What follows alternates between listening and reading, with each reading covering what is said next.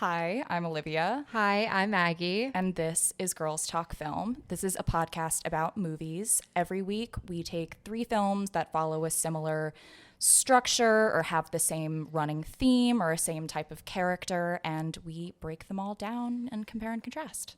And this week we're talking about superheroes. Yay, I've been really, Olivia's really so pumped excited for this one. Yeah, I am too. I think we're both. Last week I was geeking out about anime, but this week more so Olivia, because I think these movies are a bit more suited towards her like superhero tastes and just your film tastes in general. But our films this week are Batman, Spider-Man Homecoming, and Birdman. And Birdman is my favorite film of all time. Like, if you know me, I've talked about Birdman at some point. yes, Birdman was extremely formative to me as a film lover and as just, I don't know, someone who loves art. I wrote an essay in college about seeing Birdman for the first time and how it changed my life. To give you a little taste of like how deeply I love this film. so I think I know the answer to this, but in theme of superheroes, who is your favorite superhero? You know the answer. It's Batman. Yeah, I did know the answer. Olivia and I have been on like a Batman kick. We watched Batman the Animated Series and The Penguin last night. Yeah, we have been on a Batman She's kick. kind of getting me into Batman a little bit more. Like, I might go home and watch Batman. No, I see a Batman lover inside you. And also, if literally anyone is like, yeah, I'll humor you, I'll watch Batman, I'm like, Batman? Yeah, Olivia's ears like perk up. She's like, who? What? Batman? No, actually, even you don't have to be an enthusiastic watcher. You just have to be willing. Yeah. And like, I will put on Batman. Yeah, that was me with the longest time with Marvel movies. Like, not really anymore, but like back in like the early 2010s, when someone was like, we're gonna like go watch the Avengers, I'd be like, huh? What? Huh? Iron Man? No, I totally get it. I mean, Batman when I was younger, and that's the film that we're going to kick off the episode with. We're going to kick it off with Tim Burton's 1989 Batman. This was the first Batman movie that I ever watched, so I do have to give it credit for kind of igniting what became my years-long like special interest. Also, all 3 movies, if you couldn't tell already, include Michael Keaton. Yes, it's Keaton mania over here. Yes. And I'm not going to lie, I came out of this week with a new level of appreciation for Michael Keaton. Oh, me too. Me too. I'm kind of like wanting to go back and like rewatch some movies that I know he's in that I like, because I'm like, wait, I kind of like have been sleeping on you, Michael Keaton. He kind of kills it in pretty much all of these. And so instead of our usual rating out of 10, like 5 stars out of 10 or whatever, Olivia had a great idea to do a rating of Michael Keaton's. Yes. So we will be grading films out of 10 Michael Keatons. Yes. Listen, before we jump in, I want to preface that I have a lot of opinions. Not all of them are popular. To anyone who wants to argue with me in the comments, I will respond and you will lose. So like we said, the first movie is Batman, and it came out in 1989. It is an action movie, and it was directed by Tim Burton, which is like so crazy to think of today as like him doing a superhero movie. But I know. Like, it's a very Tim Burton adaptation. It is. And then in the sequel, Batman Returns, which is probably my favorite out of the 2, just because Burton is allowed to go full Burton. Like, he goes full gothic, creepy, weird, Burtonized version of Batman, where this is more of a... It definitely has some Burton-isms. He had to play it safe. It's the Yeah. first Batman movie, period. Exactly. And really interesting, which I didn't know just because I wasn't alive when it came out, that this film apparently had like a Barbie level marketing push the summer it came out. Wow. And it was a major thing just for like comic lovers everywhere of like the summer of Batman. Where I'm sure. you couldn't get away from it. It was everywhere apparently. So the movie was written by Sam Hamm and Warren Scarron or Scarron. I don't know if I'm saying that right. Sorry.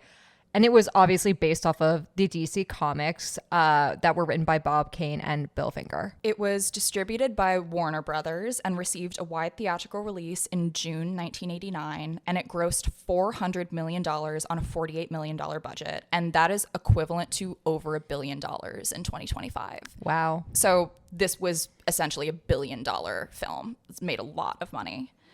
And Michael Keaton is the third actor to portray Batman on screen, following Robert Lowry in the 1949 Batman and Robin serial and Adam West in the 1966 television show Batman. Do you feel like at this point you are experiencing like superhero movie fatigue? It's so hard. Listen, I was all about superheroes. Anyone who knew me from the years like 2008 to 2020, like that, I was all about superheroes. I loved Marvel. I loved the Avengers, loved all that. Like love that whole cinematic universe. And then it kind of came to a point where as a film lover and as a superhero enthusiast, just seeing how like those movies really became more cash grabs rather than like fun, like well-made films. Yeah. I don't know. So I don't know if I'm experiencing superhero fatigue because Superman just came out and I really liked that movie. Superman was good. I thought it was fun. Me too. And I also think that is the most comic accurate Superman that has been put on screen. So I really loved that, like because I was like, yes, like that is Superman. He is a nice Midwestern boy. Yes, that's who the character is. So I was like happy as a superhero lover to see that movie. But I think with like what superhero movies have become today, like for the majority, it's just so disappointing because I'm like, ugh, like you clearly are just trying to make money. I totally agree. And then going back and watching Batman really kind of, it was a little whiplash for me, just going off of like the Marvel films that have been coming out lately to see something that is so unapologetically artistic in its production design. Oh, the style of this movie. Amazing. So when the film opens, before it even starts, we hear Danny Elfman's incredible Batman theme. It is iconic. It's chill-inducing. It's just so goodness. Moody. Yes, it's the best. And then we get a beautiful cityscape of Anton Furst's version of Gotham City. And this is probably one of the most iconic versions of Gotham City, probably one of the best stylistically that we've seen on screen. Yeah. And of how he designed Gotham, the production designer, Anton Furst, said he wanted to create a city run by crime with a riot of architectural styles, an essay in ugliness, as if hell erupted through the pavement and kept on going.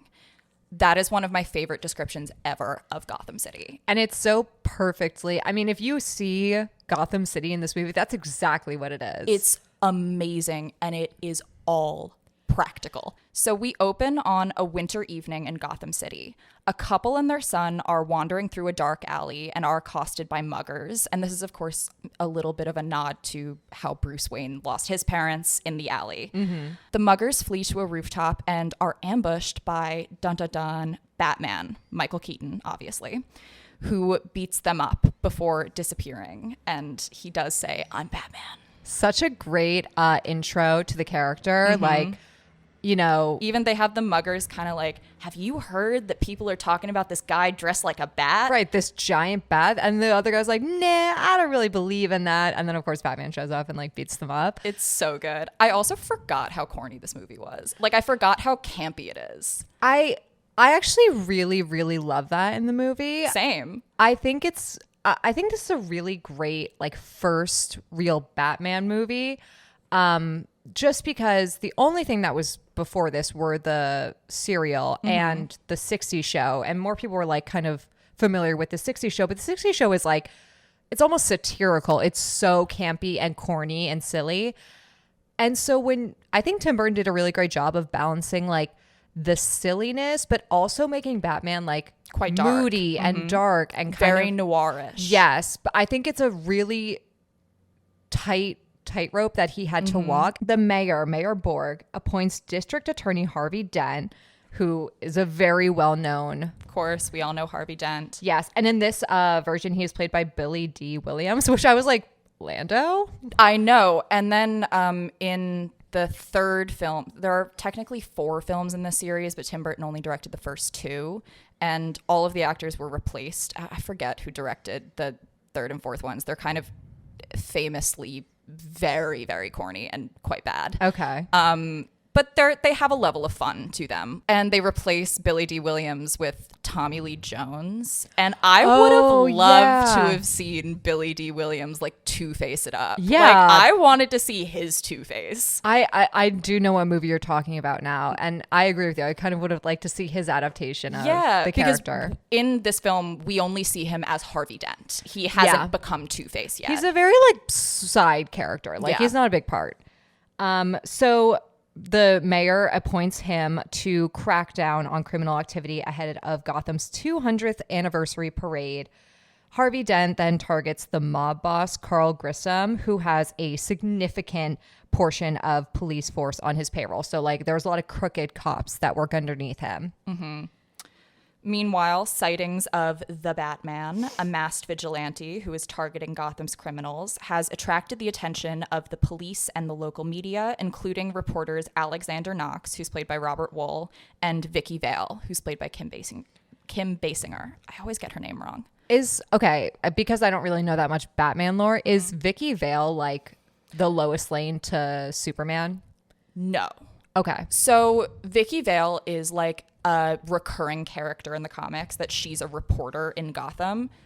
In some, like, there have been times where she's had a romance with Batman or Bruce Wayne, but typically the Batman's most consistent romance is Selina Kyle, Catwoman. Gotcha. Okay. I knew him and Catwoman had like this kind of like flirtatious thing, but I was under the assumption that he just didn't have a love interest. Like, that's not part of his story. Oh, no. Batman gets around. Batman fucks. No, yeah. Okay, good to know. Alexander and Vicky attend a fundraiser that's hosted by billionaire Bruce Wayne. Mysterious billionaire. Yes. And it's hosted at his house, which is called Wayne Manor. And they hope to get a quote from a bunch of like high profile guests about Batman, because that's what they're doing their story on. Bruce and Vicky actually meet and they instantly have this like connection. Yeah. And they pretty immediately start dating. Very immediately. Yeah. Yeah. And also we kind of know pretty instantly that Bruce Wayne is Batman. I mean, it's not even really a big reveal. Like, it's just kind of like, it's Batman. We figure it out. At the same time as this is happening, Carl Grissom, who is like kind of the big mob boss in Gotham currently, has become aware that his second in command, Jack Napier, who is played by Jack Nicholson, has been having an affair with his wife.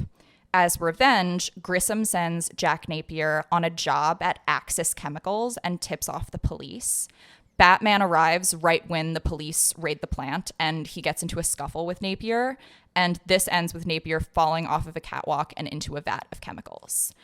And we've seen Napier a little bit before this. Like, he's like a sociopath. He's like kind of the guy who does a lot of the grunt work for Grissom, but he's like evil. And so, I mean, vat of acid kind of gives it away. He obviously becomes the Joker.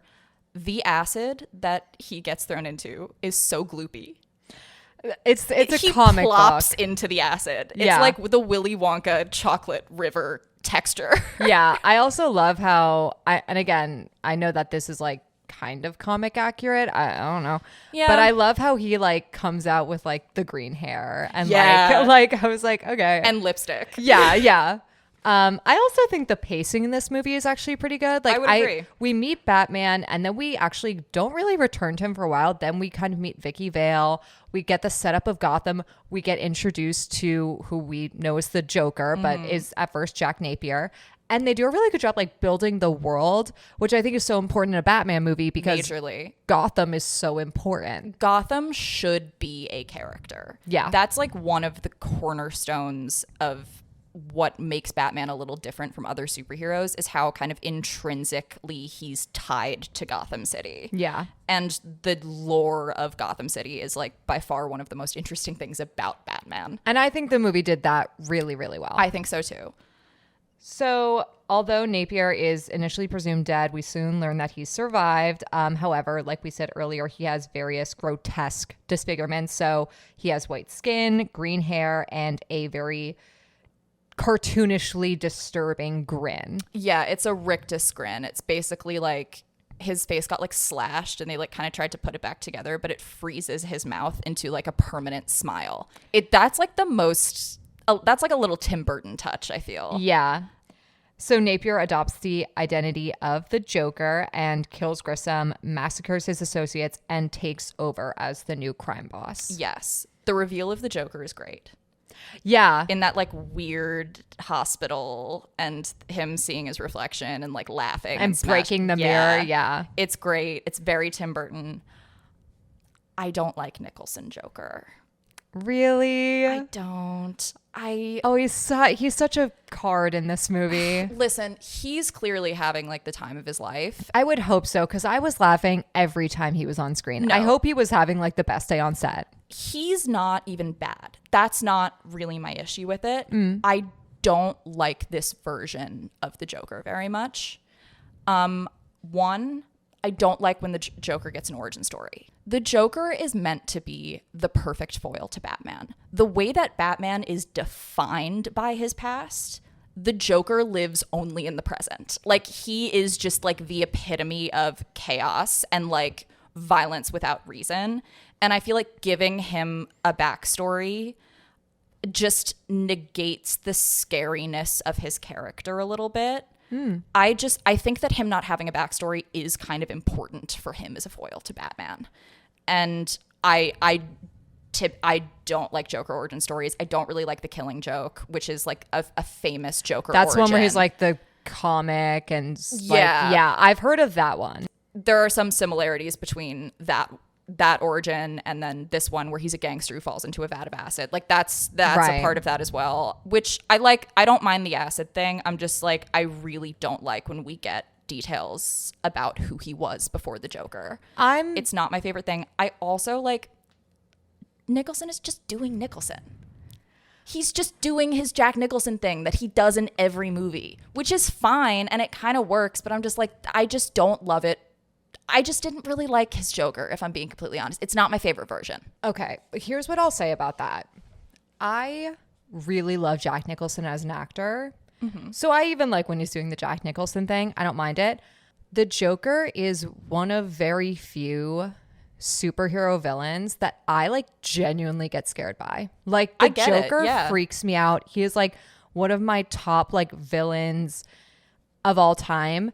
I think maybe because I was introduced to the Joker when the Christopher Nolan Batman came out. Where Nicholson was my first Joker. Right. So I remember like seeing the like why so serious like posters and being like terrified. So that is like my image of the Joker is like he is this like you said, he is just pure chaos. He's so unpredictable and unstable and like really scary at times. And so when I see Jack Nicholson being like silly and like so over the top in this movie, I don't even think it's the Joker. That's so interesting because honestly, like comic Joker, lately they've gone so dark with the Joker, which listen, I'm loving it. But typically, I would say comic Joker is typically a little more aligned with a Nicholson than with Heath Ledger's version of the Joker. Like that's like I think the take was more grounded, more realistic.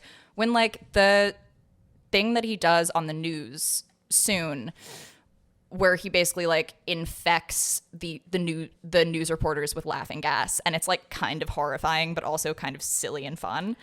That's the kind of shit that the Joker does in the comics. Well, when we watched the animated series last night, I was like, okay, so this kind of seems more like who the Joker really is, where he's like over the top and like a little bit like performative, but it's also like really fucked up, the stuff that he does. Yeah. Which, just a note, Batman the Animated Series did come after the Tim Burton movies and were very heavily inspired by the aesthetics of them. Gotcha. And like definitely the characters a little bit. Also, Mark Hamill in the animated series, like if we're talking favorite Jokers, he's my favorite Joker. Amazing. When I like read comics, I hear Mark Hamill's voice doing the Joker. So getting back to the film, the Joker begins terrorizing Gotham by lacing various hygiene products with Smilex, which is a deadly chemical that causes victims to die laughing. Like Olivia said, a news reporter dies literally on camera after like laughing to death. Loved that scene. Yeah, that's it's so great. Creepy and like weird. It's great. I also love this movie's pretty funny, you guys. I love the bit where like the news reporters keep coming on camera and they look worse and worse each time because they can't use like makeup or deodorant or shampoo. So they're all like, they have like zits and like giant eye bags. It's so funny. I loved that. That was great. I'm with you on that. After seeing a picture of Vicky Vale, the Joker becomes like infatuated with her and lures her to the Flugelheim Museum. I did love that it's called the Flugelheim. So like the so Guggenheim. Silly. Yeah. Where he plans to kidnap her. This is a great scene where he like saunters in and dances through the museum. Dances to Prince. Yeah. Yeah. Of course, Batman swoops in and rescues Vicky. He takes her to the Batcave and shows her the research that he's done on Smilex, which he encourages her to publish to basically tell people what's in it and what products have been infected with it. Yeah. The next day, Bruce visits Vicky's apartment, intending to reveal his secret identity. Crazy. They've been on like one date, slept together once, and have known each other 2 weeks? Roughly. Also, the way that on their first date, he introduces her to Alfred. Yes. That is your father figure. No, that's the equivalent of like taking your date to meet the parents on the first date. And then, okay, there's also this line that Vicky says on their first date where it was after she meets Alfred and she's like, oh, is he your grandfather? And Bruce is like, oh, no. And she's like, oh, like, who's your family? Is he not the most famous orphan like in the world? Like is he not like famous orphan in this version? I get she's not from Gotham, so maybe she wouldn't know, but like he has a building with his name on it, like a skyscraper with his name on it. Like he's like a famous person. Yeah, I agree. Also, I want to give credit where credit is due. Like I think Kim Basinger and Michael Keaton have good chemistry. I agree. Like, I actually think Vicky Vale and Bruce Wayne like do have like a bit of a flirtation. I just think this relationship moves so fast. And I also just don't, like it, but it has to for the plot. But I which also is kind of annoying. Yeah, it's annoying, and it's especially annoying how like someone like Bruce Wayne, who from like what I've seen in the few pieces of media that I've watched about Batman, but also what you've told me is like, he is not the kind of person who would just give up his identity so easily to someone he barely knows. Mm-mm. So that also annoyed me, where he was like going to his apartment, planning to tell her that he is Batman. Mm-hmm. I was like, no. I don't like that. Before he can tell her, though, he's interrupted as the Joker breaks into her apartment. He then asks Bruce, have you ever danced with the devil in the pale moonlight? Which Bruce recognizes as a phrase used by the mugger who killed his parents. The Joker shoots Bruce, who we think is dead at first, but actually survived by hiding a serving tray underneath his shirt because he's not in his Batman suit, so he had to improvise. I know what you're about to say. The Joker should not be the person who killed Batman's parents. Completely agree. Batman's parents are killed in a random act of violence by, in the comics, a guy named Joe Chill. Making it the Joker takes away something so essential. The whole point of Batman becoming Batman was that there is so much crime in Gotham and there are so many petty thieves and muggers that like the city is just descending into hell. The whole point is that it's a random guy. Right. Like, oh God, I hated this. I hate this. This is my least favorite part of this movie. I think what they were, I don't know, I didn't write the script, but I hope what they were trying to do with this reveal is kind of like tie the movie all clearly, just in case they never got a sequel and this was the only Batman movie ever. It kind of makes it more like, oh, he's the bad guy and he's whatever. But yeah, I completely agree with you. I think it also just like isn't that good of a twist. No, it doesn't really mean that much. Also because we do spend a lot of time with characters that aren't Bruce. Mm-hmm. We never even really get a sense of like how losing his parents has affected him beyond him putting on the Batman suit. Mm-hmm. So like we don't even really know how this would emotionally affect Bruce up until this point. Vicky is taken to the Batcave by Wayne's butler, Alfred, who's played here by Michael Gow, who had been like very encouraging of the relationship between them. He wants Bruce to like get married. Like he wants Bruce to be happy. Yeah. Yeah, literally. Stop like skulking around in a cave. Yeah. Like he's live like, a life. Can you like meet a pretty girl?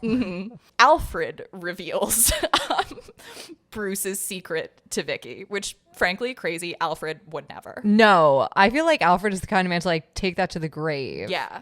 No, Alfred's loyalty to Bruce is like unquestionable. Like it is crazy that they have him just tell her. I mean, to be fair to Alfred, Bruce was literally about to go tell her himself. No, I know, but still. No, it is a wild. Do we know that he knows that? Like, I think so. I think they discuss it, okay, but I forget still, that.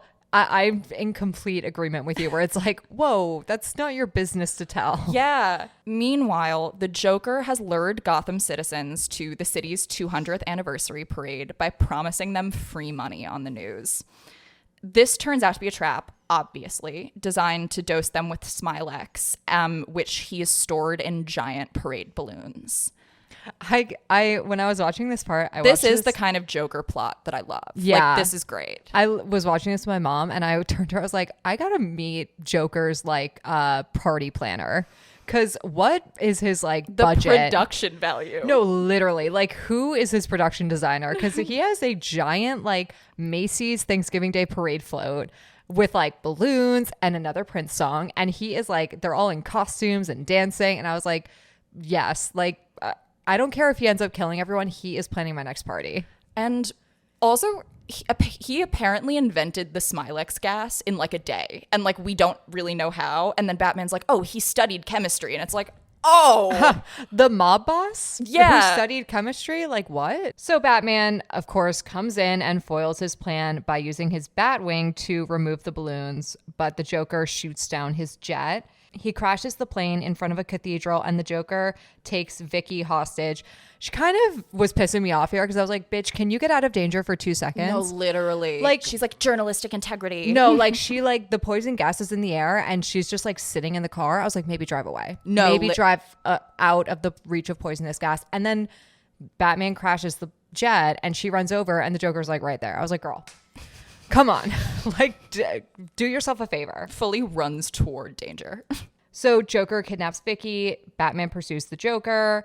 In the ensuing fight, he then identifies Napier as the man who killed his parents. I hate that. It's fine. Let's Even move Joker's on. like, oh, I kill a lot of people. Yeah, I did like that reaction. Yeah. So Batman wins the fight, as expected, of course, by using a grappling hook to attach the Joker's leg to a crumbling gargoyle on the cathedral's roof. And unable to bear the statue's weight, Joker falls to his death while Batman and Vicky fly to safety.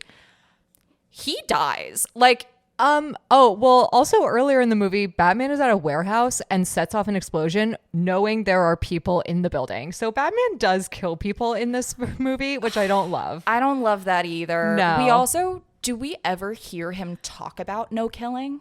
I don't think we do. No, we don't. So okay, to be fair to the movie, they don't set up that role, but it's very famously known that Batman does not kill people. No, but I'm upset that they didn't set up that rule. Like, I think that's like Batman's core value. It's, again, integral part of the character. Yeah, when that building blew up, I was like, oh, I wrote, Batman, those men are dead. Mm-hmm. Like, what are you doing? Even I kind of forgot. I hadn't seen this movie in years. Yeah, same. Like, since I was a kid. And I guess I just assumed that he would like tie the Joker to something and leave him there for the police. I thought he would like dangle off the building and the police would come in. Which is like the Batman thing to do. Mm-hmm. But nope, he just murders him. Fully died. Yeah.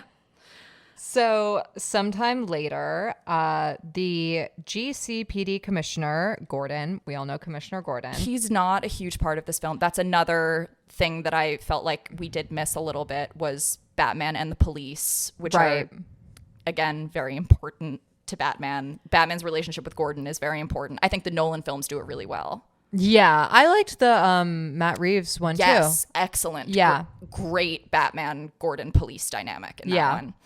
So Commissioner Gordon announces that the police have arrested all of the Joker's men and have effectively dismantled the remains of Grissom's organization. They also unveil the bat signal. Batman leaves a note to the police promising to defend Gotham if crime should strike again, which we're in Gotham, of course it will. And he also asked them to use the bat signal to summon him if they ever need him. Yeah, and the final moments of the film, Alfred takes Vicky to Wayne Manor and explains that Bruce is going to be a little late. And she responds that she's not surprised. And then we see Batman looking up at the projection of the bat signal from a rooftop. And he's standing watch over the city. And that great score plays once again. And then the movie ends. Yeah. It's just not my Batman. Well, it is, because that was the first one you ever saw, right? It's the first one I ever saw, but it's not like the version of Batman that I prefer. I get it. It's not mine. I think you and I both prefer the darker. Yes. You know, I like it. I think it's like a good time. Is it my favorite Batman? No. I said it to you off camera, but I was like, and I'm sure you'll get into it. So I want to say my piece first, but Michael Keaton as Batman, I actually kind of like his Bruce Wayne.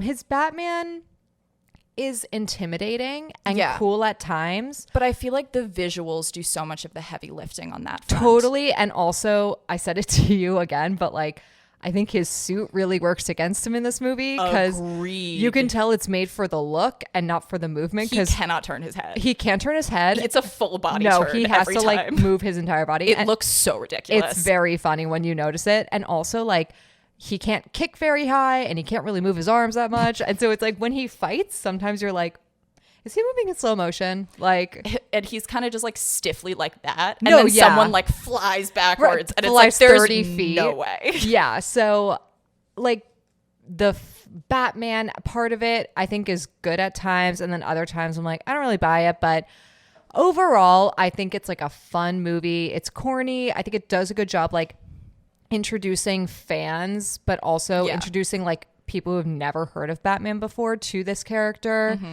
So I enjoy it, but I'm like you, it's not my favorite Batman. It's not. I think Keaton is decent as Bruce Wayne. I think he's fine. I don't think we get enough time with him in the movie. Like, we don't really know him at all by the end. That's true. We spend a lot of time away from him. Yeah, we spend a lot of time with Vicky. We spend a lot of time with the Joker. That Bruce kind of becomes the least interesting part of the movie. I guess I was just thinking about this film in comparison to the Batman, the new Matt Reeves Batman, and I really liked his take on a new Batman, because Pattinson's Batman, it's like he's only been doing it for a few months. And I like that he hasn't quite perfected the Bruce Wayne millionaire playboy persona. I actually really enjoyed that. Like, he's too caught up in Batman to figure out Bruce Wayne. Keaton is supposedly Batman is new in Tim Burton's Batman. Yeah. Like, the beginning shows the criminals talking about rumors of this guy dressed like a bat. Like, he's clearly only recently started showing up. They don't even have the bat signal yet. No. And Keaton just kind of has it all together at all moments as both Batman and Bruce Wayne. And I wish that we saw him struggle a little more. Yes. Either physically or emotionally, because we don't really get either. And so you feel very disconnected from him. Like, you feel even more connected to the Joker than you do to him. I felt like I had a better understanding of the Joker than I did of Batman. And I don't necessarily think, because, again, we don't know Bruce Wayne at all, I don't think that the Joker Batman as foils is that evident here.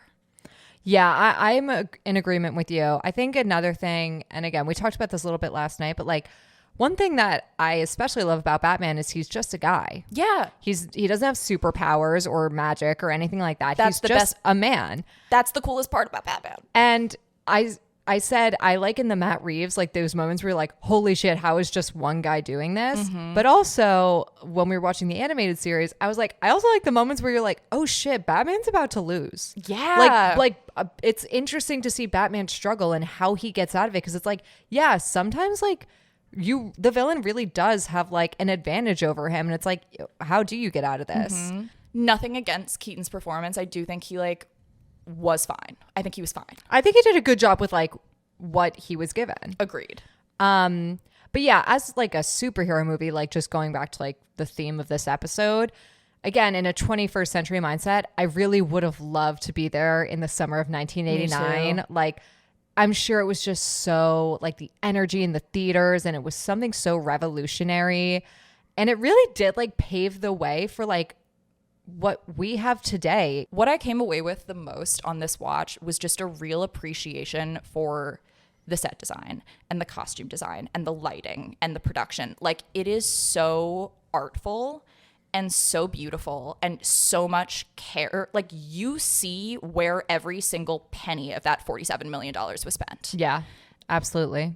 And again, watching Spider-Man after, which we'll get to, it was fucking whiplash. Just going from something with so much style to something with like virtually no style.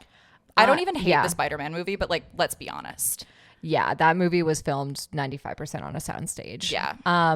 Yeah, I'm like you. I also love like in superhero movies, I'm like, yeah, this is from a comic book. Like, let's make it look like a comic book. What's wrong with having a little comic book energy? Having a little bit of fun. Like, that's again another reason why I like the new Superman movie is because I love like the Daily Planet. Almost looks like it like wouldn't exist in real life. Yeah. I feel like Metropolis itself is a little bit comic-y. Definitely. Like the way that they always have like these villains like and monsters and aliens like fighting, and the people are just kind of like, yeah, this is our every day. I mean, it's kind of in the DC universe, it's a little bit of like Metropolis is the beacon, like Metropolis is the day, and then Gotham is the dark night. Yeah. So I'm like you, that production design was just such a breath of fresh air. It was wonderful to watch. So like, even when I wasn't obsessed with what was happening plot wise, truly like the visuals are just such a treat. If you have any interest whatsoever in production design, it's a must watch. I wrote corny, silly, campy, fun, a little too long, but I think a great intro to superheroes. Definitely. Like just and something to like show your kids. Yeah. I gave it a 6 Michael Keatons out of 10. I'm going to go 6.5 Keatons just because of nostalgia. I like probably my real rating is a 6, but like I do have to give it credit for kicking off my interest in Batman. So the next movie we're going to talk about is a film that I would say is in direct conversation with Batman. Yeah.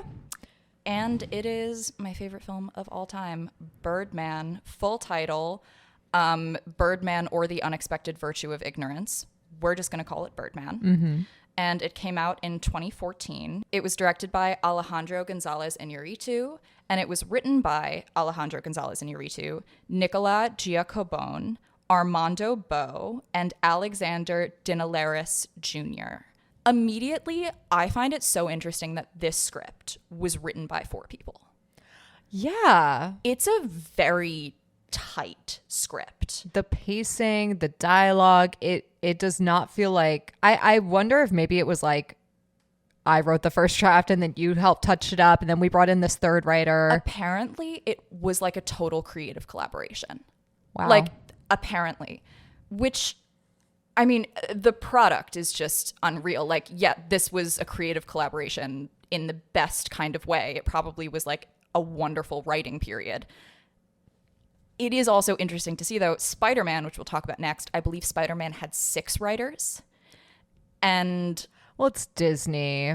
I know, but to me, at least, there's just such a clear difference between a creative collaboration and hired writers. Right. A room full of like ghost writers. Yeah, essentially. So the movie premiered at the 2014 Venice Film Festival. It was distributed by Fox Searchlight Pictures and received a limited theatrical release in October of 2014, which then was expanded to a wide release in the following month. It had 4 wins at the Oscars, which was Best Cinematography. So deserved. Duh. Yeah. Yeah. Best Original Screenplay, Best Director, and Best Picture. Well deserved. Yeah. This is also, I mean, it's my favorite movie of all time. It's one of my favorite screenplays of all time. If you have not read the screenplay and you have interest, it's worth it. Like, it's available online. Look it up. It's fantastic. It was also nominated for 6 other categories, which was Best Sound Editing, Best Sound Mixing, Best Actor for Michael Keaton, Best Supporting Actor for Edward Norton, and Best Supporting Actress for Emma Stone. This is that hilarious, very viral video where Michael Keaton loses and you can see him like put his speech back in his pocket. Sorry, Michael Keaton. You deserved that win, man. Hey, I liked The Theory of Everything, which I'm pretty sure beat him in that category. It was Eddie Redmayne. Also mad that no actor from the film won anything. I was at least hoping for like a Norton win or an Emma Stone win. Either of them would have been like great wins. Every single actor in this movie gives an amazing performance. So the film is cheated to look like one continuous shot. All of the cuts are invisible, essentially. So the entire film looks like one shot, and it's really, really impressive. Yeah. The DP was Emmanuel Lubetsky. I mean, yeah, dude, congratulations. Yeah, like you deserve that Oscar big time. And the film is, we'll get into it in a second. The film is about the production of a play. And you know me, and you know I love when every element of a film works to underscore the major theme. So having the whole film look like a continuous shot kind of echoes how in a play the actor is just on stage the whole time. Like there are no cuts. Yeah. So immediately love that. I gotta say before we get into it, our theme is superheroes. I think you just maybe wanted to watch Birdman. Yeah. And you wanted an excuse because this movie is not really about superheroes. I would say, though, it has a decent amount of commentary on the modern superhero blockbuster, which is why I think it's interesting for this episode. Yeah, I don't think it's about, this movie's not about superheroes, but it is about like how actors in superhero movies kind of like, what does that do to them and their career? Yeah. So, but I digress. Let's get into it. So our protagonist is Regan Thompson, who is played by Michael Keaton. He's an aging actor who is most famous for playing the superhero Birdman in the late 80s and 90s, very similar to how Keaton was most famous for playing Batman in the late 80s and 90s. I mean, it's giving, what's her name, Demi Moore in The Substance. Yes. Like, perfect casting. No, and this was deliberate casting. And Michael Keaton apparently was very reticent to take the role because he didn't want people to think that this was like his sort of like stance on his own career. Yeah. But yeah, he was cast purposefully because of this. While the Birdman films made him rich, they really damaged his credibility as a serious actor. And when we meet Regan, he has spent nearly all of his money to direct and star in his own Broadway adaptation of the Raymond Carver story, What We Talk About When We Talk About Love. So this is his like big play to be taken seriously at a late stage in his career. It's his comeback, he's hoping. Yes. Regan is plagued by self-doubt, however. There's a critical internal voice that manifests as his past self in the Birdman costume. And this voice mocks his efforts at making art and basically wants him to like return to these like blockbuster franchise movies. Mm-hmm. The voice comes out throughout the entire film and it's really great. I love this internal dialogue he has and I love how he speaks out loud to it. Yeah. Regan also seems to possess telekinetic powers, but however, it's unclear if this is like almost like psychosis that he's suffering or if it's real. Yeah, because they only seem to manifest when he's alone. Yes. But he seems to believe that he has telekinetic abilities.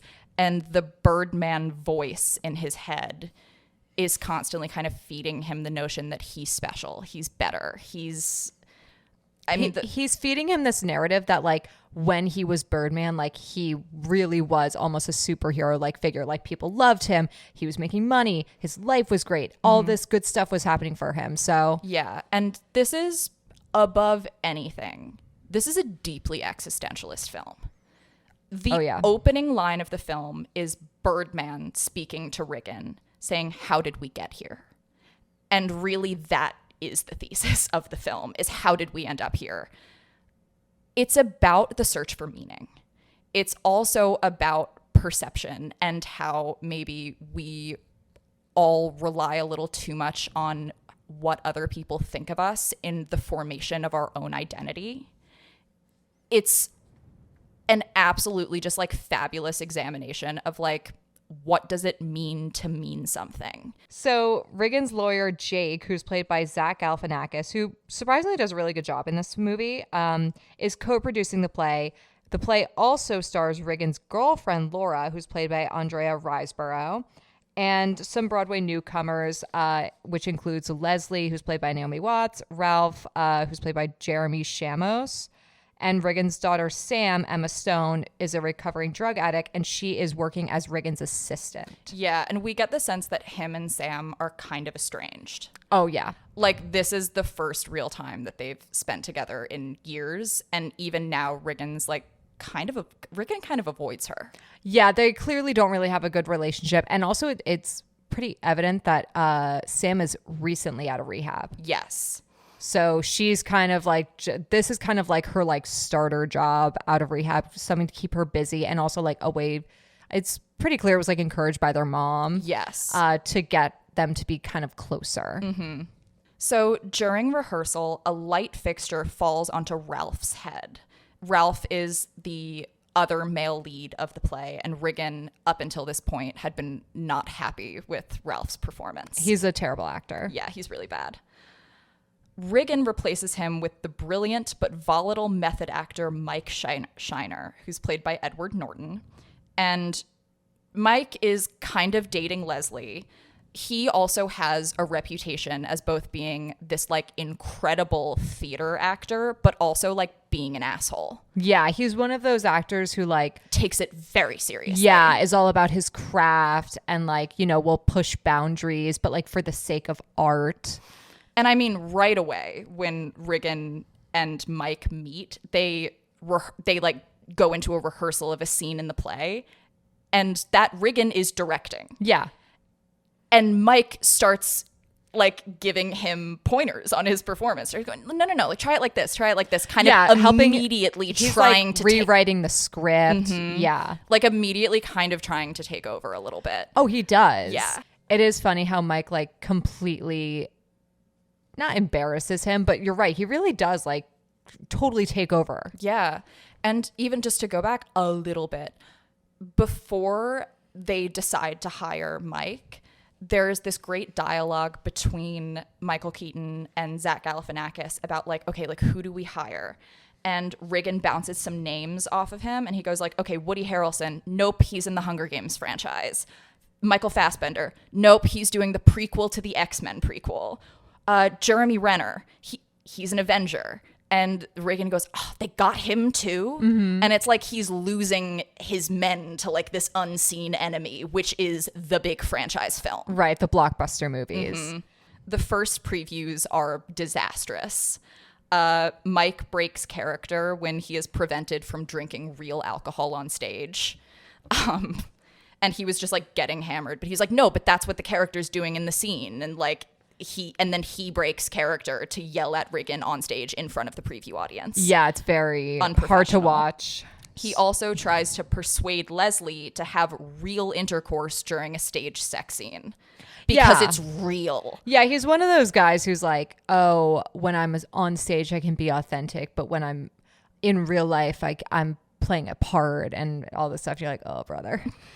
So off stage, Mike actually forms a bond with Sam, who's Riggin's daughter.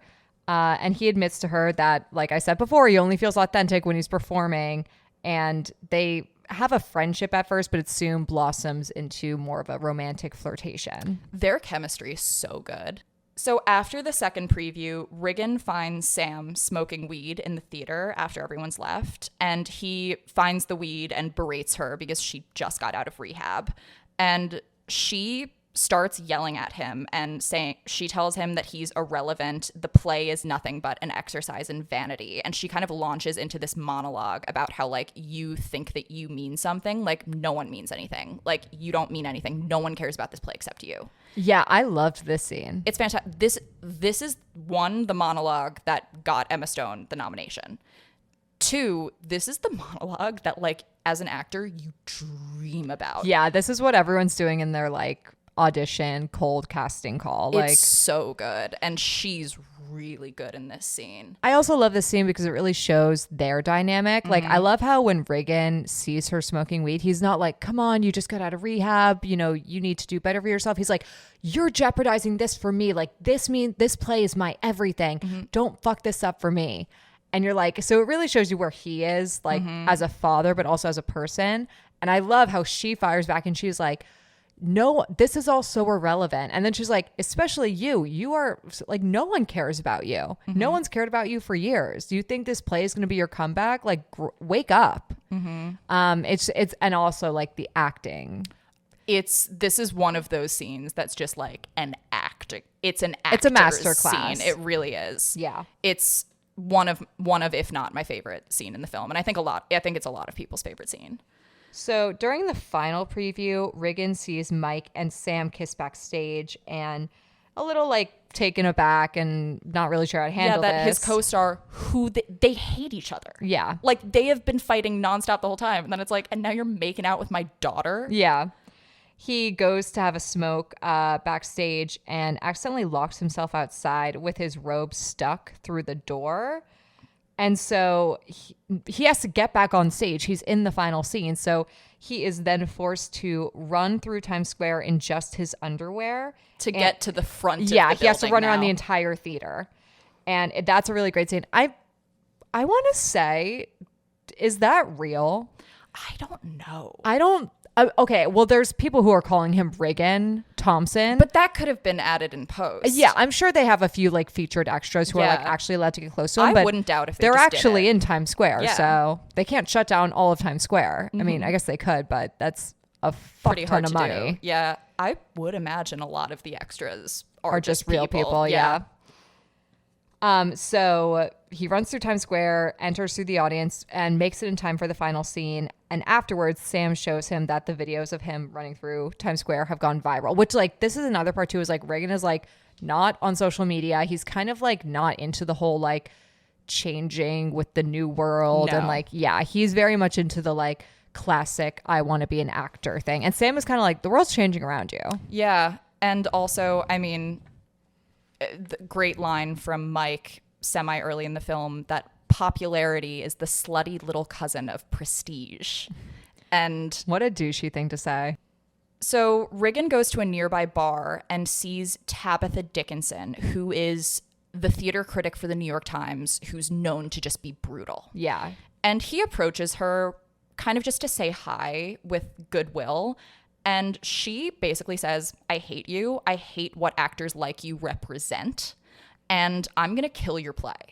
Yeah, she basically is like, I don't care how good your show is. I don't care if you give the performance of a lifetime. Like, I'm purposely going to write a bad review because I don't like what you stand for. And I think you're plaguing like American theater. Yeah, like you're a celebrity. The theater is for artists. Yeah. And like, I don't approve of a celebrity trying to be an artist. So Regan buys a pint of whiskey after like having kind of a freak out in the bar with Tabitha. And he ends up passed out on a stoop. The next day, he visualizes Birdman, who's the superhero he played in the 90s. And Birdman tries to convince him to leave the play. Yeah. And Regan also, as Birdman follows him down the street, we see like an action movie sequence play out around them as Birdman, very meta, is like, this is what the people want. Like, the people want explosions and blood and fun. Like, they don't want all this talky, depressing They don't want bullshit. this like pompous art. They want fun. They want action. Exactly. When it's like the entire movie up until this point has been talky, depressing bullshit. Yeah. So it's a bit of a meta call out. Yeah. Which is fun. Regan then realizes that he can fly, which, as part of his telekinetic abilities, we've seen him float before when he's alone. But now we see him soar through the sky. He lands back at the theater, enters the theater, and then we see a cabbie get out of a yellow cab and go, hey, you forgot to pay. You forgot to pay. So it's like, did he actually fly, or did he just imagine himself flying, but he took the cab? I like to go with the second. I mean, that's more likely, but who knows? Yeah. I like the whole thing that his telekinesis and his flying powers, that is him just descending further into psychosis. I mean, yeah. And he's using his powers and hearing Birdman more and more as he's getting more and more stressed out about the play. Yes. Because now, is it opening night? Yes. Yeah. Riggin is strangely calm. And in his dressing room between scenes, he's visited by his ex-wife, who's played by Amy Ryan. She's in 2 scenes. She's very good in this. She's very good. She is really great in her scenes. He confesses to her that years ago, he tried to drown himself after she caught him having an affair. Which is something that I don't think he's ever admitted to anyone before. No. She leaves, and Riggin brings a real gun on stage for the final scene of the play where his character commits suicide. And at the climax, Riggin seemingly shoots himself for real and receives a standing ovation. And then the first cut happens. The first actual visible cut happens. I've appreciated the one-shot thing. I like that they saved the cut up until a moment where it like really meant something. Right. I also love that we don't see like the aftermath of Riggin like shooting himself. I like that it just kind of ends with the applause. Like we don't see like people discover. Exactly. Yeah. So weeks later, we pick back up and Riggin wakes up in a hospital. He learns that he merely shot off his nose. So he missed. And his nose has been completely reconstructed. It looks bad. It looks like a beak. It does look a little like a beak. Yeah. He sees the paper and sees that Tabitha has published a glowing review of the play, mistaking the suicide attempt for a new type of method acting technique. What it's called something like ultra realism. Yeah, she's like, blood was spilled metaphorically and literally. Sam then comes in with flowers and she takes a picture of Riggin to share on the Twitter account that she's created for him. When she steps outside to find a vase for the flowers, Riggin opens the window, looks up at the sky, and climbs out onto the ledge. Of course, because he can fly. Yes. He Also, can right fly. before this, he goes to the bathroom and Birdman shows up once again. Yes. So it's like whatever happened, it didn't change anything kind of thing. Yeah. So when Sam then returns to a now empty room, she runs to the window and we hold on her face as she looks down at the ground before seeing something in the sky and kind of making her way up. And the last shot is her smiling at whatever she's seeing up in the sky. And so it's kind of like, is she seeing him? What is she seeing? And that's where the movie ends. It's such a fantastic final image of her smiling up at the sky. And every time I think, maybe it won't be my favorite movie if I see it again, and I'm reminded why it's my favorite movie. I don't blame you. This is an incredible movie. First of all, this movie is like 2 hours. Like it's over. I think it's right at 2. Yeah. I think it's right at 2 hours. Right. And you know me, I don't like a long movie. The movie flies by. It's so fast. The pacing is really well done. Yeah, I think this movie is great. To me, especially the ending. I love when Birdman shows back up. Now Riggin has been like praised for this new show and his ultra realism, and he is now taken seriously as an actor, which is what he wanted to do with this play. And then when Birdman shows back up, it's kind of like, yeah, you could be the best actor on the planet, but you still have that voice. There's always that voice. And you will always be known as Birdman. Yeah. You will never get rid of that shadow. So I think that's kind of, to me, that's my interpretation, and that's why he goes to the window.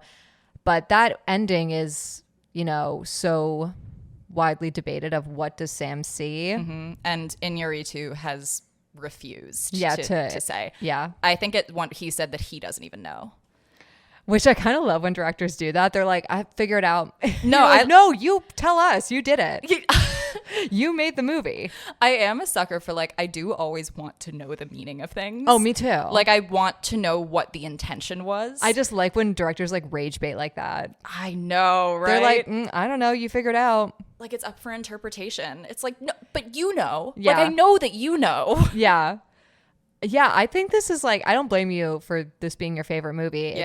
Watching it again, I was like, wow, this is really, I could watch this movie again. I watched it it's 3 days ago and I could watch it again right now and love it. It's so you like, I don't know, I feel like every time I've watched it, I've probably seen it over 10 times. I've made so many people watch this movie. I made you watch it in college. Yeah, you were the first one to show me it. I think I made like 4 different people watch it with me in college because I'm like, no, everyone has to see it.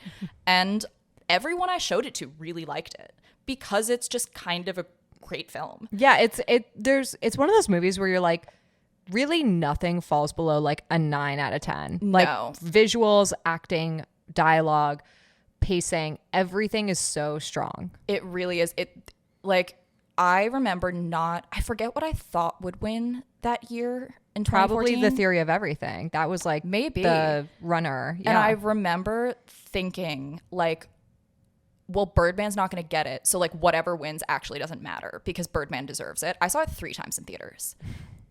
I know. And when it won, it was like such a joyous moment for me as like a film like lover. You made the movie. No, I felt like I made the movie. The happiness that overcame me when it won Best Picture. Yeah, it's my favorite film. I really enjoy the critique of the big blockbuster superhero films because what a fitting film to harbor that critique because it's something that's so artfully made.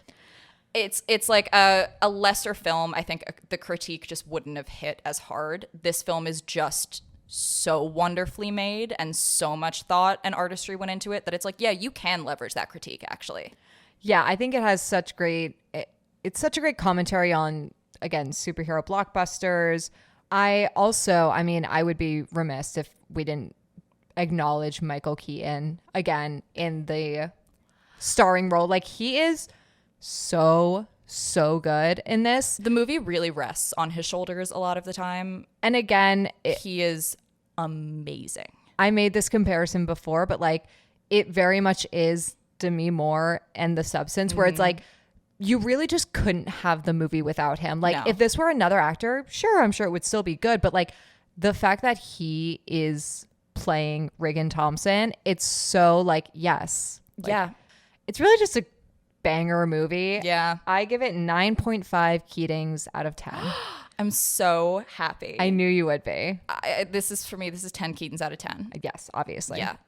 100%. This is also my favorite Michael Keaton performance. I don't think that's controversial. I think it's probably his best performance. Honestly, that and controversial take, I love Beetlejuice. So I think Valid. that's like He's great in Beetlejuice. Yeah, I think that's like a close second for me, but this is probably my favorite of his too. Yeah. Oh my God, I love this movie.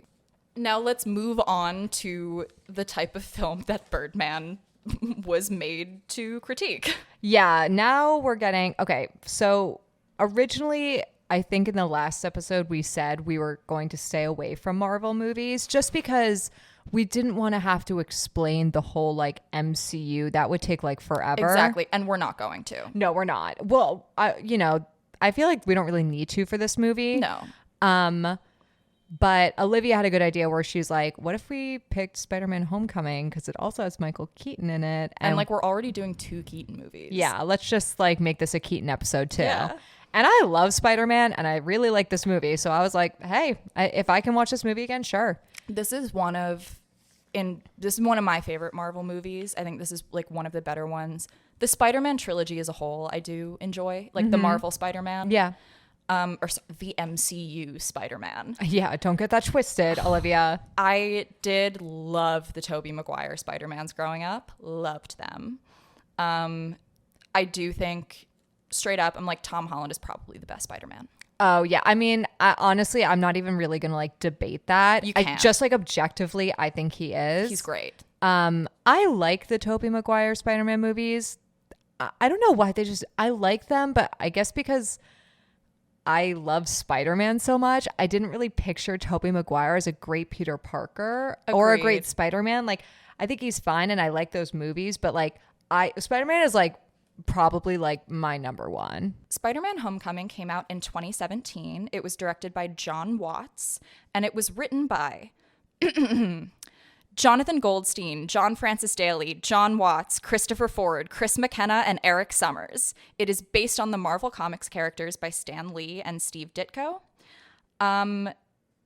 And yeah, 6 writers. I was right earlier. 6 writers, all men. Yeah. Which now, like, knowing that and 3 Johns. Yeah. 3 Johns, 2 Chris's. Yeah, 1 Eric. God, who did Eric hang out with? I know. It's interesting watching the movie and then looking back on it, knowing that it's all male writers. I can't help but like look at the female characters and be like, that makes sense. I mean, the female characters are just so nothing. Yeah, well, exactly. Like, they're just like not, but also like a lot of the side characters are nothing.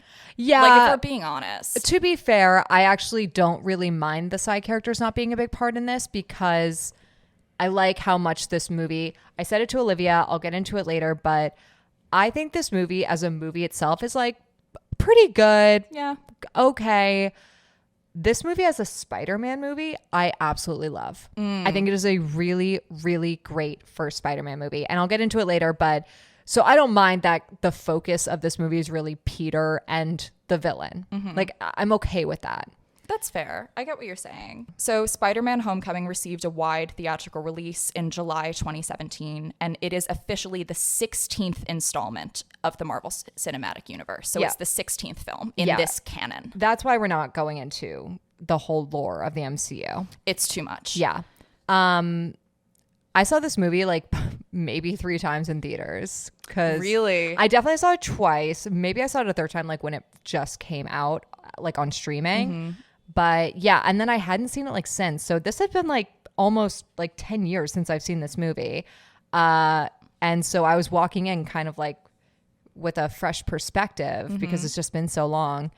And I'm really excited to talk about it. So the movie opens with a flashback to the aftermath of the Battle of New York, which is from the movie The Avengers. So very small context. In the movie The Avengers, the final battle happens in New York. New York is like left Ruined. in shambles. Adrian Toomes, who is Michael Keaton. Guess who? Yeah. Is a contractor in New York. And he and his crew are cleaning up from the wreckage in New York. And they're cleaning up the Chitauri alien wreckage when the Tony Stark-backed Department of Damage Control seizes their project. So they're basically like, hey, guys, thanks for helping us clean up, but like we're actually going to take it over. Which puts him and his massive crew out of a job. And he was like, we like hired trucks and buses for this. Like, I'm right in now on this. I'm in debt. Yeah. So yeah, Toomes is furious at losing this job and really like now his livelihood. Because now like what? Every time there's this major like Avengers disaster, he can't even like take that as a job. Like that's his livelihood. So he decides to keep the alien tech that they salvaged from this wreckage and use it to build advanced weapons, which includes a flying vulture suit that he uses to steal like other alien power cells, whatever you want to call it. Yeah, basically he creates for himself a suit with wings that he can use to rob government facilities of the alien tech that they have. Yeah, he's basically like becomes an illegal arms dealer. Yes, known as the Vulture. Fast forward 8 years, Peter Parker, who is played by Tom Holland, after being recruited by Tony Stark in Captain America Civil War, which is the movie, I'm pretty sure right before this. It was I think it was like, it preceded this film, and it was Spider-Man's first appearance in the MCU. Yes. Peter Parker is adjusting to his dual life as Spider-Man and Peter Parker. Though he is desperate to become a real Avenger, Tony urges him to remain a friendly neighborhood Spider-Man and focus on kind of smaller crimes. So again, very limited context. The Avengers in Captain America Civil War get into a fight. Tony Stark recruits Spider-Man. He sees him on YouTube. They fight the Avengers. And then Tony Stark is like, okay, thanks for your help. Now go back to New York. And Peter is like, wait, I thought I was like an Avenger now. Like, when's my next mission? And Tony's like, oh, like, we'll call you. Yeah. And I actually think the opening of this film is kind of cute with the like home video. It's the most interesting cinematography I think we've ever gotten in a Marvel movie. Totally. However, I find it completely unnecessary. I get they're trying to connect it back to Civil War and kind of explain, but like if you cut that out of the movie, no, it wouldn't make a difference. Yeah.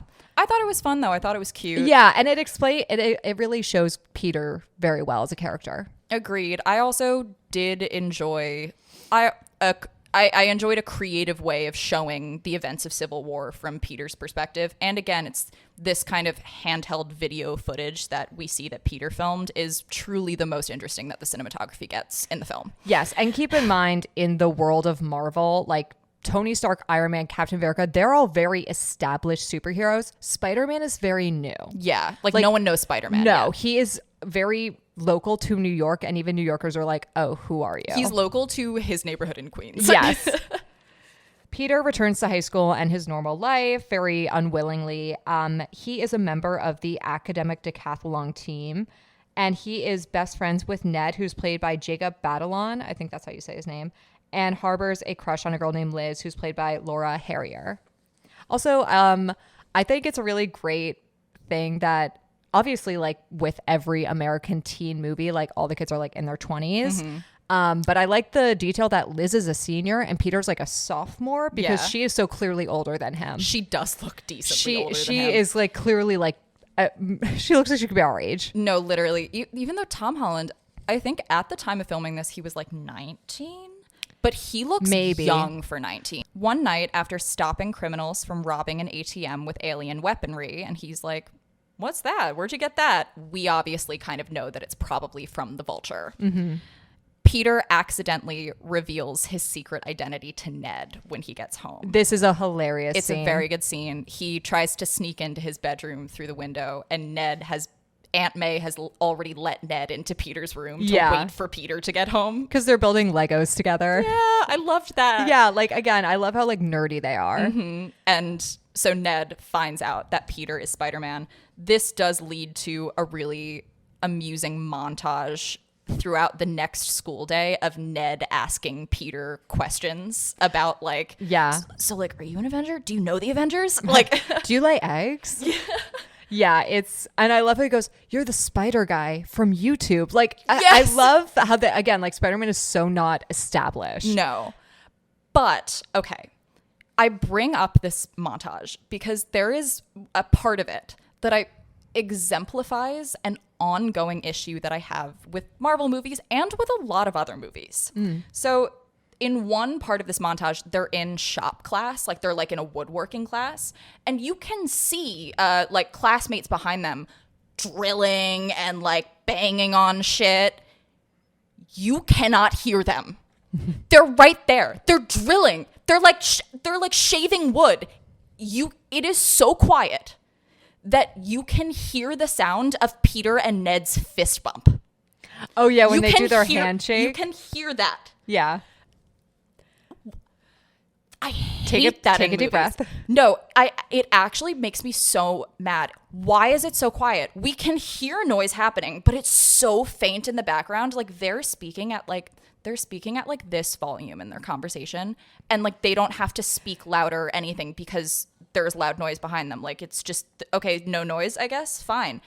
I hate that. It actually really, really bothers me in movies when I'm like, it should be loud in there. Like they should be having to shout over the saw. I agree with you. That is a pet peeve of mine in movies. It's such a pet peeve. It takes me out of it so fast. Yeah.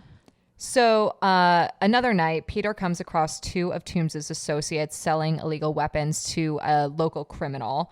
This local criminal is actually played by Donald Glover. I forgot he was in this movie. Like he came up and I was like, oh, it was such a weird choice for him. I know. It's so funny to look back at 2017 and like see like Childish Gambino be in the Spider-Man movie. You're like, I guess, yeah, that's kind of like you were doing more acting jobs at this point. And like, it's so weird though. And I think there was also a little bit of a thing because there was the rumor that he was going to be Spider-Man. Oh, it was like Miles Morales. Yeah. And he was like into it apparently. And he was like, oh, like I love Spider-Man. So this I think was a little bit like of a little bit of nod. Yeah. Yeah. So Peter tries to interfere with this arms dealing, but is caught by Toombs in the Vulture costume, who drops him into a lake.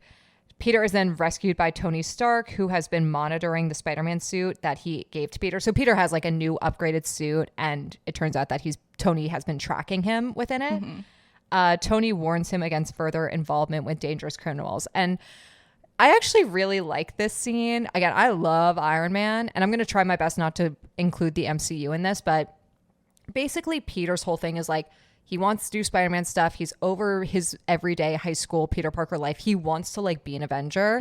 And I love this scene. I love when he's like, well, like Tony Stark is like, you're not ready for the big leagues, kid. Like, what? This guy is dangerous. Leave him alone. And he's like, well, you thought I was ready to fight Captain America. And Tony Stark's like, oh, yeah, because Captain America's a good guy and he doesn't want to murder you. Like, he's like, trust me, if Cap wanted to hurt you, like, he would. So Peter manages to salvage one of the Vulture's alien weapons, and he and Ned decide to study it, and they remove its power core, which is like the source of its alien energy. Yeah. Oh, I'm so sorry. Before we move on to this next part, so they remove the power core at school, and two of the like bad guy hooligan thugs from the Vulture's team are in the high school. So there's a quick scene where they like hide from them. I wrote in my notes, I go, this movie is about a boy with radioactive spider powers who fights along magic superheroes. And the most unrealistic thing about this movie is that a high school in New York would let two criminals with guns, they have their guns, out. Yeah. Into it. I was like, no. As someone who works in a school, like they would have to give their IDs. Yeah. There would be a security guard at the door, especially in Queens. It's a public school in Queens. They have metal detectors. Yeah. I had to bring that up because I was like, come on, Marvel. Peter has managed to place a tracking device on one of Toombs's men the night that he got tossed in the lake. And the tracking device shows that this guy Schultz is in Maryland. Peter is like, what a weird coincidence. The academic decathlon team is going to Washington, D.C. next week. Maybe I can, like, on that trip, I can do a little side quest and see what's up with this guy and where he's going. So Peter and Ned also disable the tracker in the Spider-Man suit, so Tony can't see that he's leaving the state. And they unlock its more advanced features. I think that's this whole part where it's like he can't control the suit because it's so high tech. It's all a little stupid to me. It's a little, again, just like unnecessary. Yeah, I think it doesn't really add anything. I think it's supposed to serve like a comedic purpose, but I wish it would have just been more Peter just trying to like figure out hero stuff. Yeah, like it's already pretty fast paced. I'm already like interested in how Peter's going to figure it out. Like I don't think he necessarily needed another like comedic obstacle. So once the team arrives in DC, Peter tracks down Schultz and finds that Schultz is trying to hack a DODC truck, which like has weapons and alien power cores in it. And basically him and the Vulture are trying to rob it.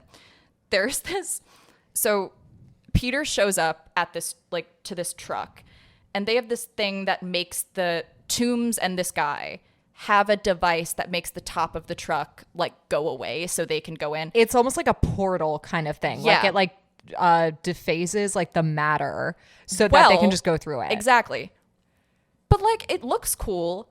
We've already established the alien technology. I didn't need it explained in the moment. Yeah. And there's a line that was so clearly added in post where Peter goes, whoa, it's like he goes, whoa, it's some sort of a matter phase shifter. And I'm like, we didn't need that, honestly. Like that, I would have bought it. No, there's a lot of moments where the dialogue just isn't really, they over-explain a lot. And there's a lot of moments where I'm like, we didn't need that line, or like we should have polished that up. So that is one of the things when I say as a movie, this movie falls flat in a lot of places. Like the dialogue is one of them. The writing is one. I'm not gonna lie, who's the character that's most consistently well written is Keaton as the Vulture. Oh yes, yeah, he's really, I think, the best part of this movie. Agreed. He's a great villain for Spider-Man. Oh, I'm gonna get into that later. But yeah, the dialogue and the editing. This movie isn't very well edited, I realize. At all. There are so many times where there's like 6 really quick cuts, and I'm like, whoa, we're at school. Like we don't need all those quick cuts. We're at school. So Peter tries to stop Toombs from stealing the truck, but ends up trapped inside, which causes him to miss the academic decathlon tournament. When he discovers that the power core, which Ned has just been carrying around in his backpack since they extracted For it. safekeeping. Yeah. Yeah. He finds out that it's actually like a deeply unstable Chitauri grenade. Yeah. Well, I mean, it's like a power source that has like pure alien energy. And basically, like, if it interacts with like radiation, I think they said, it will explode. Yeah. So Peter realizes this at the same time as the entire academic decathlon team is heading up the Washington Monument. Yeah, they're on like a field trip now. This is the best scene in the film. Oh, yeah. Big time. Yeah. Peter races to the monument and scales it, and I actually really, really liked how they showed that once he gets to the top. And again, because he's only been Spider-Man like in Queens. Mm-hmm. So this is probably the highest up he's ever been before. And there's a great moment where he looks down and there's no music. You just hear the wind. And also there's nothing around him. Mm-hmm. That actually, it's scary. Like, it's actually scary. I have a bit of a fear of heights. And so seeing that scene, I was getting like vertigo. I had to like sit down. I was like, oh God, that would freak me out so bad. Oh no. So the core is activated in the elevator and explodes, which traps Ned and the others in the elevator. And there's this big sequence, and Peter like last minute saves them and saves Liz, who's the girl he likes. And you're right, this is just a great scene. I am such a sucker for like superheroes saving people. Same. So back in New York, aboard the Staten Island ferry, Peter captures Toombs's new buyer, Matt Gargan, but Toombs escapes, and a malfunctioning weapon tears the ferry in half. This is another kind of like big action set piece scene. Yeah. That happens pretty immediately after the monument one. Very back to back. Tony Stark intervenes and helps Peter save the passengers, but confiscates his suit as a punishment for his recklessness. Which, fair enough, honestly. Like, he told you to stay out of it and you got way more involved. I think this is my second favorite scene right after the Washington Monument. One, because again, I love Robert Downey Jr., like one of my favorite actors of all time. And I love Tony Stark, but I love how, first of all, I love how the Vulture is just under the radar of the Avengers. Like, he's not this threat to humanity. No. He's an arms dealer. He's an illegal weapons maker. And I love how Peter is kind of like, well, you didn't do anything. And it's revealed that the FBI is on the ferry, and Tony's like, who do you think called the FBI? Yeah. Like, there are certain things that, like, you know, other people can take care of. Yeah, like we don't need like a superhero on this guy right now. Yeah, and I love how like you can see Tony feels like responsible for Peter, and I just think it's a really great moment. And also, like, again, one thing I really love is how kid-like Spider-Man is in this movie. And it's like, yeah, a kid would kind of like throw a tantrum. And I love how Tony's thing is like, okay, I'm taking back your suit privileges. And how he is like near tears, like at the mention of this. Because like also all Peter wants to do at this point is be Spider-Man and do Spider-Man shit. Like, that's what he wants to do. Like, he's so bored every day at school. Which is like, yeah, a Fair kid, enough. if you had superpowers, like, and you were 14 or 15, however old he is, like, you would want to like just do superhero stuff all day, especially when it's like all Peter's done as Spider-Man thus far is like fight the Avengers, which he thought was super cool, and like do like small petty saves. And you know, he hasn't dealt with like at one point he was like, yeah, I helped an old lady across the street, and it's like him in the full Spider-Man getup, like helping a lady across the street. Like, so he hasn't dealt with like the real consequences of being a superhero. So like, yeah, of course he wants to like stop the big bad guy and like prove himself to Tony to become an Avenger. Exactly. So Peter is kind of cowed by his conversation with Tony and decides, you know what, like, as any teenager would, like, F this, like, I'm just gonna go back to high school then. Like, I'm not even gonna try anymore. Yeah. And he does, though, ask Liz to go to the homecoming dance with him, which is a cute little... That was very sweet. It was a very sweet scene. And when he picks her up at her house on the night of the dance, he discovers that Toombs, the Vulture, is Liz's dad. I gotta say, great reveal. This is a great plot twist. It is. You really do not see it coming. Like, at all. It's not even hinted at. Like, and he opens the door. I and remember it's the Vulture. Seeing it for the first time in theaters. Everyone in the theater went, oh. Same. Like, it was it's great. great. It is a really well done reveal. Toombs is a pretty smart guy. And Peter's not hiding his fear at all. No, he's like immediately visibly like... Yeah. When he sees him. Yeah. So Toombs kind of immediately is like, probably Spider-Man. Yeah. And he threatens Peter. Like, he's... Yeah, he basically threatens to kill him. He's like, if you interfere with my business again, I'm going to kill you. Yeah. Peter realizes that Toomes is planning to hijack a DODC plane, which is transporting weaponry from the Avengers Tower to the team's new headquarters upstate. Yeah. And it has been kind of a thing that like Tony hasn't been available to talk to Peter because like they're dealing with the move. Yeah, it's been something that's kind of been in the background the entire time. Mm-hmm. Peter, of course, decides that he has to stop him. And he decides to don his old handmade Spider-Man suit, which is just a great moment of like going back to basics. All you have is like tenacity. Yeah. So he goes to Toomes' lair where Toomes attacks him by destroying the building's support columns and basically like leaves Peter trapped within the rubble of this dilapidated building to die. I said earlier that the Washington Monument was my favorite scene. I lied. I'm a liar. This scene, I'm getting goosebumps talking about it, and this is why I love this scene or this movie as a Spider-Man movie. Yeah, this scene right here like totally captures why I love the character of Spider-Man. It's a good scene. I enjoyed the scene too. So Peter is underneath the rubble and he is at first terrified. Like he is like crying, like screaming for help because he's a kid. Mm-hmm. And then he like kind of realizes, and he has this great moment where he's like, no, like I can do this. I'm Spider-Man. And he's like, come on, Spider-Man, and pushes the rubble off him. And I was like, yes, like let's fucking go. It's just like, again, that is like my bread and butter when it comes to like superhero. I also love like that trope where it's like, yeah, the superheroes, like they are the people who get back up. Yeah. They are the people who never give up. Mm-hmm. And I love Spider-Man because it's like he is just this everyday kid. He wasn't chosen. He's not special. But what makes him such a great hero is his heart and his drive and his character. Mm-hmm. So he manages to pull himself out and continues to pursue Toomes. He intercepts the DODC plane and they get into a fight and they steer it and crash it onto Coney Island. Yeah. This is now where the movie has lost me completely. This is 8 minutes of complete CGI, like...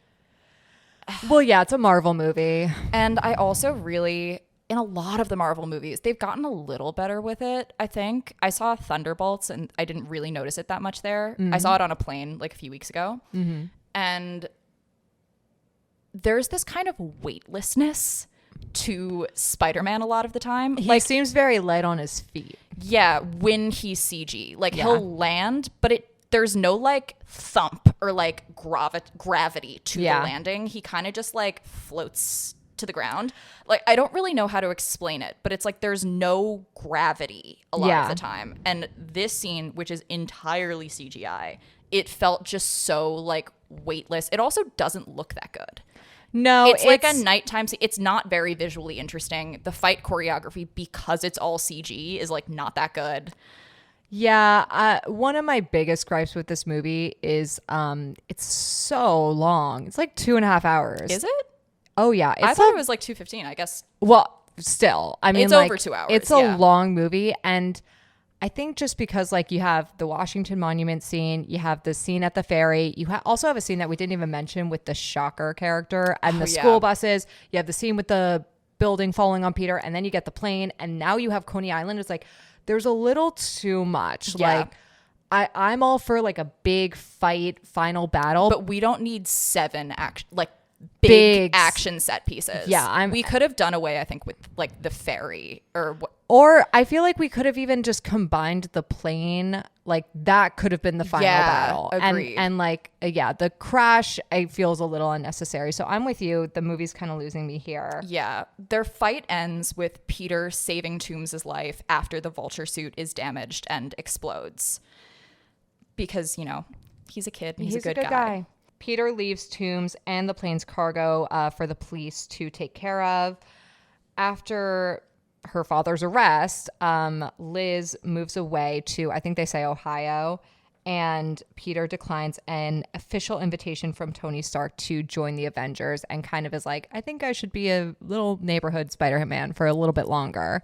Which is sweet. And it's also like, with great power comes great responsibility. Mm-hmm. But no, I think he was such a perfect villain for this too. Yes. Like again, like we said earlier, I loved that he's this slightly small time, like not quite on the Avengers radar. It's a perfect villain for Spider-Man. Yes, and that's one thing that I really dislike when every conflict in every superhero movie has to be some sort of world ending thing. I like a smaller scale superhero story. I really enjoy it. It reminds me of like the OG like Suicide Squad movie when like it is literally the end of the world and people are like, where is Superman? Yeah. Where is Batman? Like no one, it's just these guys. Harley Quinn is going to stop the aliens. Like where is the Justice League? A giant beam of light is shooting up into space. No one's noticing this. Yeah. Like, yeah. I also, before we get into like our final thoughts, you'll notice that there's one character we didn't include. Yes. That is MJ or Michelle, who is played by Zendaya. She is so inconsequential to the plot of this movie. She has nothing to do with this story. No. And then it's revealed that she's MJ at the end, and she's just kind of like hanging around in the high school scenes. Yes. I'll keep this as brief as possible. So when this movie was coming out and it was told that Zendaya was going to be a main character, everyone was like, oh my God, she's Mary Jane. Oh my God, she's MJ. And Marvel clearly didn't want They wanted it to be a surprise. Yeah. So they were like, no, her character's name is Michelle. And they clearly, you're right, they want it to be like a surprise at the end of the movie. But because of that, they totally just get rid of any character she has. She is so one note. All she does is like make sarcastic quips that aren't funny. They're never funny. She has no character and she's so whatever to the plot, which sucks because I actually really like MJ in the following movies. Yeah, same. I really enjoyed her in the second movie because she's a character. Completely different character. She's just an actual character now. Yeah. But we chose not to include her, one, because she doesn't matter. She's really barely in the movie. She only becomes a major player in the second and third films. But keep in mind, we also acknowledge that she is in the movie. Yeah. So I had to include that. But I think this movie's really funny at times. I think it's funny. I think a lot of it rests on Tom Holland's, like, the sheer charisma and, like, perfect comedic timing and charm that he has. Like, I do think the movie really wouldn't work if he wasn't such a great Peter Parker. Well, again, as a movie, it's whatever. Mm-hmm. As a Spider-Man movie, especially if you didn't have Michael Keaton as the Vulture, and I like Tony Stark when he comes in and he's very barely in it, but if you didn't have Tom Holland as Spider-Man and Michael Keaton as the Vulture, I think this movie would have tanked, honestly. Agreed. They are so good in their respective roles, and they are what makes this movie soar. 100%. And especially, again, like I said to you off camera, I was like, I feel like it's unnecessary to do a Spider-Man origin story. We don't need to see Uncle Ben die. We don't need to see Peter get bitten by the spider. We, as a 21st audience, We've know seen that it a story few times now. It's kind of, yeah. I like this version so much better of like, yes, let's see Spider-Man like try to navigate these early days of being a real superhero. Mm-hmm. And like, yeah, a kid would want to like not go to math class or not go to school where he's kind of a loser and just want to do like Spider-Man stuff. Yeah. So I love the villain. I love their dynamic. I think it's a really fun movie.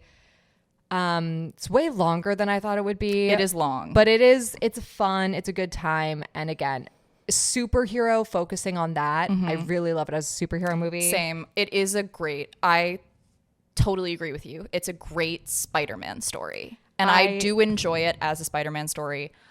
I can't help but wish it was at least a little bit visually interesting at literally any part of the film. It's so dull looking. It's so Marvel. It's just, it feels like product.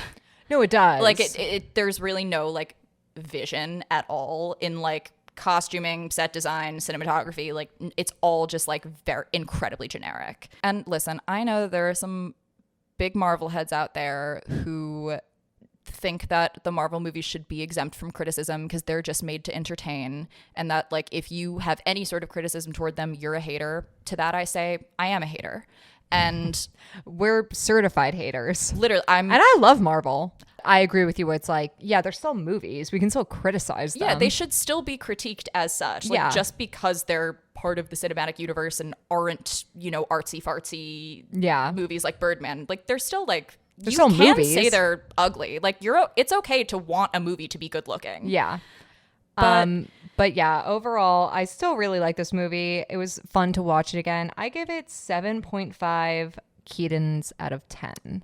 I am going to go 5.5 Keatons out of 10. I figured. Listen, and again, I enjoy the Marvel movies for what they are. I just, something about, like, I can never just accept that they are what they are. I always want them to be better. Look, I get it. I think with me, I'm able to push that stuff aside and just be like, let my inner nerd geek out for a little bit and be like, Spider-Man. No, like, I love that. And I do, like, I definitely have my moments with that too. Yeah. But overall, yeah, fucking superhero movies are fun. And I think that they should be taken seriously as films. And I'm enjoying that maybe lately we've been getting some more directors with visions directing superhero movies again. I just think like there's such a beautiful, creative, interesting world within like superhero comics. Like, again, we were watching The Penguin and I was like, yeah, the lore is so cool. Not even of Batman, but like of Gotham. Yeah. I just love it. So I love superheroes, love superhero movies. Same. Had a lot of fun this week. Yeah, it was a good week. I like that we broke it up with Birdman too. Yeah, I think it's important to have one, you know, oddball in there. Definitely. Especially with like a Marvel movie and a DC movie. Yeah, we had to throw a curveball your way. Exactly.